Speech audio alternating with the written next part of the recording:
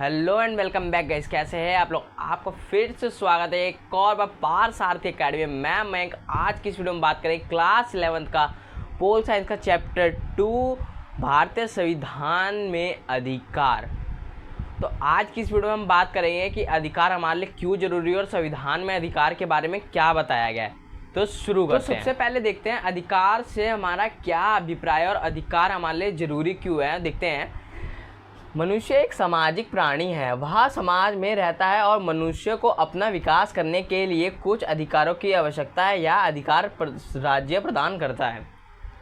तो मनुष्य क्या है, वो सामाजिक प्राणी है। वो एक समाज में रहता है। वहाँ पे रहने के लिए उसे बहुत सारे अधिकारों की आवश्यकता है, जो कि कौन प्रदान करता है, उसका राज्य प्रदान करता है। सेकेंड पॉइंट देखते हैं। भारतीय संविधान के द्वारा मनुष्य को विभिन्न प्रकार के मौलिक अधिकार दिए गए हैं। यह अधिकार मनुष्य को समाज में विकास करने का योगदान देते हैं। मनुष्य समाज में रहता है, उसको अधिकार मिले हैं, तभी तो जाके वो विकास कर रहा है। वहाँ पे रहता है, वहाँ पे अपना घर बना रहा है, वहाँ पे हर चीज़ कर रहा है। उसको अधिकार है, इस वजह से ही तो कर रहा है।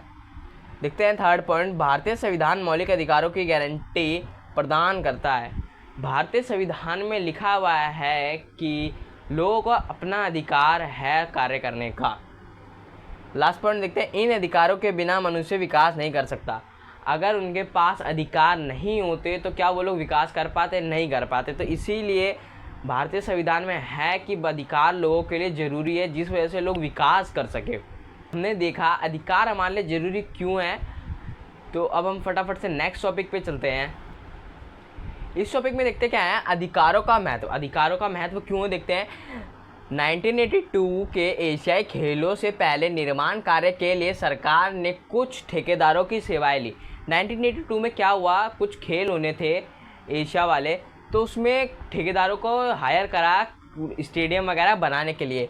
अगला पॉइंट देखते हैं। अनेक फ्लाईओवर और स्टेडियम का निर्माण कराना था और इनके लिए ठेकेदारों ने देश के विभिन्न भागों से बड़ी संख्या में गरीब मिस्त्री और मजदूर को भर्ती किया। जो ठेकेदार हायर करे थे, उन्होंने क्या किया, दूर दूर देशों से गरीब मजदूर और मिस्त्रियों को हायर करा कि सस्ते पैसों में हो जाए।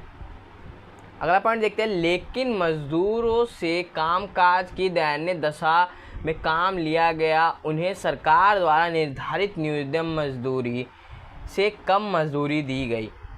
लेकिन क्या हुआ, उन्होंने काम तो किया। जो ठेकेदार थे उन्होंने उन्हें जो मजदूरी तय करी गई थी उससे कम दिया। जो सरकार ने न्यूनतम मजदूरी तय करी थी, लेकिन ठेकेदारों ने क्या किया, वो उससे कम दी। अगले पॉइंट देखते हैं। समाज वैज्ञानिक की एक टीम उनकी स्थिति के अध्ययन कर सर्वोच्च न्यायालय में एक याचिका दायर कराई। समाज के जो वैज्ञानिक थे, जो वहाँ पे लोग थे, उन्होंने क्या करा, एक टीम बनाई और अपनी जो प्रॉब्लम थी पैसों की, वो जाके सुप्रीम कोर्ट में दर्ज करवा दी अपनी शिकायत। अगला देखते हैं। उन्होंने दलील दी कि तय की गई न्यूनतम मजदूरी देना बेगार या बंधुआ मजदूरी जैसा है। उन्होंने कहा कि जो हमारी मजदूरी तय गई थी वो नहीं दी गई, उसे वो लोग क्या कह रहे हैं कि वो बेगार है और बंधुआ मजदूरी कराई गई। अगला पॉइंट देखते हैं। नागरिकों को प्राप्त शोषण के विरोध मौलिक अधिकार का उल्लंघन। उन्होंने और ये भी कहा कि जो वो कार्य करा है उन्होंने, उससे कम मजदूरी देके उन्होंने मौलिक अधिकार का उल्लंघन करा है। अधिकार में क्या है, जो अधिकार है उनको वो मिलना चाहिए, तो उसका वो लोगों ने उल्लंघन किया। अगला पॉइंट देखते हैं। न्यायालय ने इस दलील को स्वीकार किया और सरकार को निर्देश दिया कि वह इन हजारों मजदूरों को उनके काम के लिए तयशुदा मजदूरी दिलाएं। सुप्रीम कोर्ट ने क्या कहा, सरकार को ऑर्डर दिया कि जो मजदूरी तय की गई थी उन ठेकेदारों से वो मजदूरी मजदूरों को दिलवाओ। तो गाइस, देखा हमने अधिकार हमारे लिए इम्पोर्टेंट क्यों है। अब हम नेक्स्ट टॉपिक के ऊपर चलते हैं। तो इस टॉपिक में देखते हैं कर्तव्य क्या है। 1976 में जो 42वां संविधान संशोधन हुआ, उसमें क्या हुआ, मौलिक अधिकारों की सूची को शामिल कर दिया गया था। अगला पॉइंट देखते हैं। अनुच्छेद 51 आर्टिकल 10 में मौलिक कर्तव्य थे। आर्टिकल 10 में मौलिक कर्तव्य जो थे 86वां जो संविधान संशोधन हुआ, उसके आधार पर 2002 में 11वां कर्तव्य जोड़ा गया। मौलिक अधिकार का 11वां कर्तव्य जोड़ दिया उसमें। अगला टॉपिक देखते हैं क्या है। अधिकारों की घोषणा 1928 में पंडित मोतीलाल नेहरू जी द्वारा अधिकारों की मांग उठाई गई। 1928 में क्या करा कि पंडित मोतीलाल नेहरू जी ने वहाँ पे अधिकारों की मांग करी। अगला देखते हैं, मोतीलाल नेहरू जी ने समिति ने अधिकारों की मांग को सूचीबद्ध कर दिया था। मोतीलाल जी ने जो भी अधिकार मांग किए गए थे उनकी जो सूची थी वो उन लोगों ने स्वीकार नहीं करी थी, उसको बंद कर दिया था। अगला पॉइंट देखते हैं, संविधान में संपत्ति के अधिकार को 44वें संवैधानिक संशोधन द्वारा मौलिक अधिकारों की सूची को हटा दिया। जब 44वां संवैधानिक संशोधन हुआ था तो उसमें क्या करा, मौलिक अधिकारों की सूची हटा दी थी। तो देखा इसमें जब 44वां संशोधन हुआ था तो उसमें मौलिक सूची हटा दी थी। उसके बाद कब ऐड करी गई, 1976 में ऐड करी थी दोबारा से। तो गाइस इस टॉपिक में भी इतना ही था। अब हम नेक्स्ट टॉपिक के ऊपर चलते हैं। तो गाइस देखते हैं मौलिक अधिकार। संविधान में वर्णन है कि 6 मौलिक अधिकार हैं हमारे, और वो कौन से संविधान में लिखा हुआ है, कौन से भाग में, भाग 3 में लिखा हुआ है, कौन कौन से है देखते हैं। समानता का अधिकार अनुच्छेद 14 से 18 में है। सेकंड है स्वतंत्रता का अधिकार 19 से 22 में है। और शोषण का विरोध अधिकार अनुच्छेद कौन से है, 23 और 24 में। धार्मिक स्वतंत्रता का अधिकार कौन से अनुच्छेद में, 25 से लेकर 28 में है। और 5वां है हमारा संस्कृति और शिक्षा का अधिकार कौन से अनुच्छेद में, 29 और 30 में। यानी कि जो हमारी शिक्षा क्यों जरूरी है, हमारी संस्कृति क्यों जरूरी है, वो 29-30 में है। छठा देखते हैं संवैधानिक उपचारों का अधिकार अनुच्छेद 32 में है। तो हमने देखा मौलिक अधिकार कौन कौन से और कौन से अनुच्छेदों में है। जो ये मौलिक अधिकार है ये आगे हम पढ़ेंगे। तो अब हम नेक्स्ट टॉपिक के ऊपर चलते हैं। तो वैसे देखते हैं समता का अधिकार। इस टॉपिक में कानून की समक्ष समानता, कानून में सबका समानता होती है, कानून सबको समानता दिलाता है। कानून के समक्ष संरक्षण रखना। अगला देखते हैं धर्म, मूलबंध, जाति, लिंग या जन्म स्थान के ऊपर भेदभाव। पहले के टाइम पे क्या होता था, ऊंची जाति, नीची जाति, धर्म, कोई छोटी जाति का, इन सब पे बहुत ज़्यादा भेदभाव होता था। अगला पॉइंट देखते हैं दुकान, होटलों, कुएं, तालाब, स्नानघर और सड़कों पे जो घूमते लोग हैं वो पहले के टाइम पे नहीं कर सकते थे। जो ऊंची जाति वाले होते थे वही लोग खाली घूम सकते थे और खा सकते थे दुकानों पे जाके और होटलों पे जाके, नीच जाति वाले नहीं। लेकिन अब के टाइम पे क्या है, सब सेम है। आज के टाइम पे सब एक साथ घूम सकते हैं, सब एक साथ जाके होटलों में खा सकते हैं, दुकानों पे जा सकते हैं। अगला पॉइंट देखते हैं रोजगार के अवसर की समानता।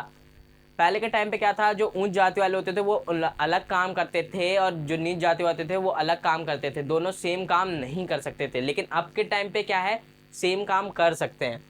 और छुआछूत का अंत। पहले के टाइम पे उच्च जाति और नीच जाति बहुत ज़्यादा भेदभाव था। अगर उच्च जाति वाला कभी नीच जाति वाले से टकरा भी जाता तो छुआछूत का, वो लोग कहते थे कि छुआछूत हो गया, मैं छुता गया, मुझे अब नहाना पड़ेगा, स्नान करना पड़ेगा, मुझे शुद्धिकरण कराना पड़ेगा। तो देखा समता का अधिकार क्या है। अब नेक्स्ट टॉपिक देखते हैं क्या है।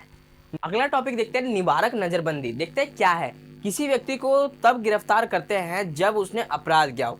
ये बात तो बिल्कुल ठीक है, जब किसी व्यक्ति को पुलिस अरेस्ट करने आती है तो उसने कुछ अपराध किया तभी तो वो अरेस्ट कर सकती है। और अगला आगे देखते हैं, पर इसके अपवाद भी कभी कभी किसी व्यक्ति को इस आशंका पर भी गिरफ्तार किया जा सकता है कि वह कोई गैर कानूनी कार्य करने वाला है। जो मुजरिम होते हैं, पता तो होता है पुलिस वालों को ये मुजरिम है कि ये आगे चल के भाई ये कुछ भी गलत काम कर सकता है, इसलिए वो लोग पहले ही उसे अरेस्ट कर लेते हैं। आगे देखते हैं, और फिर उसे वर्णित प्रक्रिया का पालन किए बिना ही कुछ समय के लिए जेल भेजा जा सकता है। उसे पता तो चल गया पुलिस को ये कुछ गैर कानूनी काम करने वाला है, इसीलिए वो लोग पहले ही ले जा के उसे जेल में बंद कर देते हैं, कोई कार्य करे बिना या फिर बिना कोई एफआईआर दर्ज करे बिना ही उसे अरेस्ट कर लेते हैं और उसे जेल में डाल देते हैं। इसे ही निवारक नज़रबंदी कहते हैं। तो हम देख लिया किसे निवारक नज़रबंदी किसे कहते हैं, कि जो बंदा गैर कानूनी काम करता है उसे गिरफ्तार करना, जो उसे आशंका है कि वो कोई गैर कानूनी काम करेगा उसको गिरफ्तार कर लेते हैं, तो उसे ही निवारक नज़रबंदी कहते हैं। तो इस टॉपिक में इतना ही था। हम नेक्स्ट टॉपिक के ऊपर चलते हैं। तो भाई इस टॉपिक में देखते हैं भारतीय संविधान में मौलिक अधिकार क्या है। देखते हैं, वह अधिकार जो लोगों के जीवन के लिए अति आवश्यक या मौलिक समझे जाते हैं, मूल अधिकार कहा जाता है उन्हें। भारत के स्वतंत्रता संग्राम के दौरान क्रांतिकारियों, स्वतंत्रता न्यायिकों द्वारा नागरिक अधिकारों की मांग समय समय पर उठाई गई। जब क्रांतिकारियों ने जब संग्राम हो रहा था स्वतंत्रता का, उस समय भी लोगों के नागरिकों के लिए मौलिक अधिकारों के लिए समय समय पर मांग करी गई। पॉइंट में देखते हैं, स्वतंत्रता के बाद इन अधिकारों में अधिकांश को संविधान की सूचीबद्ध कर दिया गया। 44वें संविधान संशोधन द्वारा संपत्ति के अधिकार को मौलिक अधिकार की सूची से निकाल दिया। ये भी हमने थोड़ी देर पहले भी पढ़ा था कि 44वें संविधान संशोधन में क्या करा था, संपत्ति के अधिकार से मौलिक अधिकार की सूची से निकाल दिया था संपत्ति को।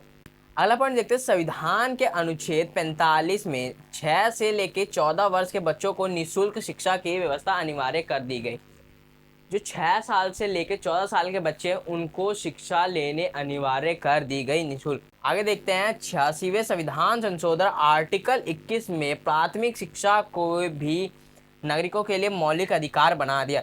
86वां जो संविधान संशोधन हुआ था तो उसमें क्या करा, आर्टिकल 21 में बताया गया कि प्राथमिक जो शिक्षा है वो नागरिकों के लिए मौलिक अधिकार बना दिया।